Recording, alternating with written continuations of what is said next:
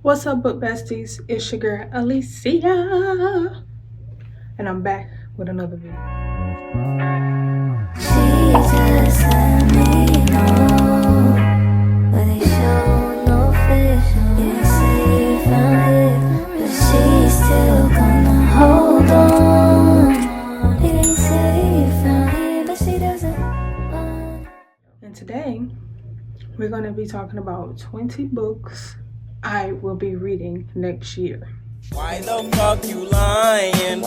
Why you always lying? Oh my god, stop fucking lying. Okay, maybe not will be, but I would really love to read it. Okay, let's get into it. So I left my other phone at home. I'm not home at the moment, but I wrote them all down. First on the list is A Little Life by Hannah. I do not know how to say her last name. Yana. I'm not gonna do it. Hannah. And I bought this book this year, and it has been like one of the main talks. And everybody was like, "Oh my God, it's such an emotional book." Now, I was procrastinating on reading the book because I heard it was an emotional book. But now I'm waiting because I have friends that I want to read it with. So we're going to all read it together and we're all going to cry together. Simple as that. Okay, the second and third book, which is by the same author, is The Tenant and the Crash by Freida McFadden, which come out next year. Both of those come out next year. So when they come out, I'm buying it, period. Which I still have to buy all her books because I read them on my Kindle, but I never bought the physical book. Like, I don't have none of her physical books besides the Housemaid series, and that's pretty sad because she's really one of my favorite fucking authors, but it's okay.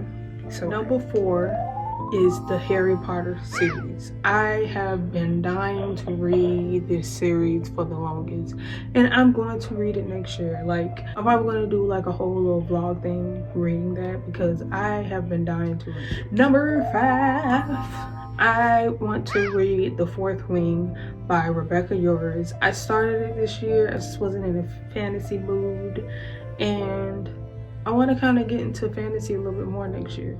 At least try. Number 6 is Hunting Adeline, book number 2. I read the first one already. I have not read the second one yet. I started the second one, stopped because I was really busy at the time when I started it. So I really want to actually take my time and actually enjoy the book. Book number 7 is First Line Wins by Ashley Elston. That book was like major at one point in time this year, and I just want to read it just because. And I never heard of this author before, never read none of her books, so it will be a first time kind of thing, and I'm down to read new authors. Number 8 is God of the Woods by Liz Moore. I started this book, I think I was like halfway through. I'm not 100% sure, but I had a client who had the book and she let me read it, but I don't have her no more, so of course I couldn't just take her book. So I'm gonna have to get the book myself and read it because that book was getting good. Number 9 is Home is Where the Bodies Are by Jennifer Rose. I think that's how you say her name. I don't know. But everybody, I've heard good things, I heard bad things. I need to find out which one it is. And then plus, I really want it because the book cover is so fucking cute. Boy, if you don't get it is a literal tape, like the recording tape things. What they used to call it? What's the name for it? It's not a VCR. That's what it goes into. I can't remember. Some people don't like it and why some people do. And then number 10 and 11 is by the same author, which is Middle of the Night and Lock Every Door by Riley Sager. This author, I just love this author. I read The Only One Left by him, and I read another book by him. I think it's a him. If it's not, I'm sorry. But I read like 2 or 3 books by him. Love his writing. Some people say some of his books is kind of like a hit and miss, and some of them are saying like it's not like The Only One Left. So far, since I've read The Only One Left, that's still my favorite book. And the other ones, I mean, they were good, of course, but they still wasn't The Only One Left. So I get where everybody's coming from. Now, number 12, 13, and 14 is also by the same author, which is The Ballad of Never After, A Curse for True Lover, and Spectator by Stephanie Garber. All 3 of those are by Stephanie Garber. The first 2 is from her new series, which I read the first book. I just haven't read those 2 yet, so I want to finish that.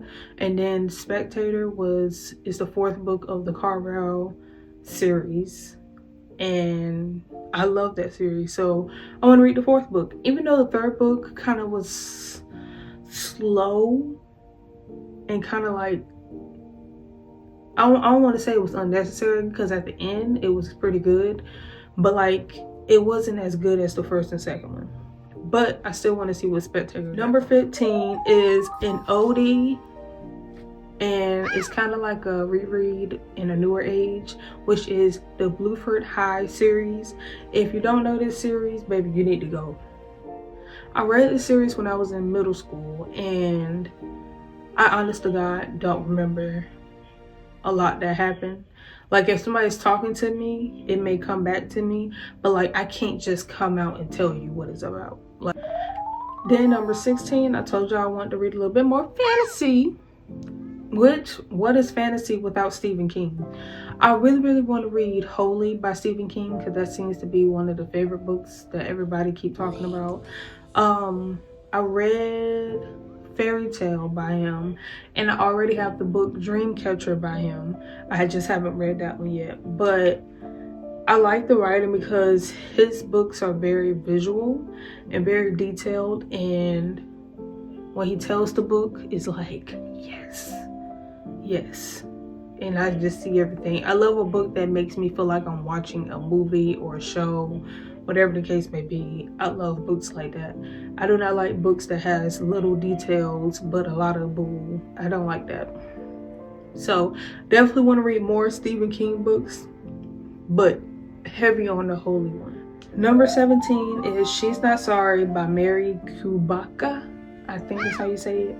Don't judge me. I'm not good with names. I give people nicknames all the time, so don't judge me. But this book has been talked about so much, like on Booktok, on Bookstagram, but I don't see it as often. But I want to say I read a book by her. If I did, I'll put up which one I read. But like, I don't know, it just sounds interesting, to be honest. Honestly, it wasn't even because of social media reason why I really want to read this book. It's more so of it was intriguing. I think her like trailer video of it, y'all know how they do the little video, the book reveal, and then they kind of put hints of what the book is about type thing. I think that type of edit video, whatever she did there, what pulled me to it, because it was like, wow, that sounds interesting. So that's why I wanted to read them. Number 18, we got 3 more books to go, but number 18 is Message Delete by K.L. Slaughter, which I have never heard of this author, but somebody posted a video of book recommendations for thrillers or something like that, and they was like, oh, y'all should add this to your list, and I'm like, I'm gonna do that, because why not? Number 19 is Sometimes I Lie by Alice Feeney. Now, I done read a few books by Miss Alice Feeney now, and she has never disappointed me, not yet.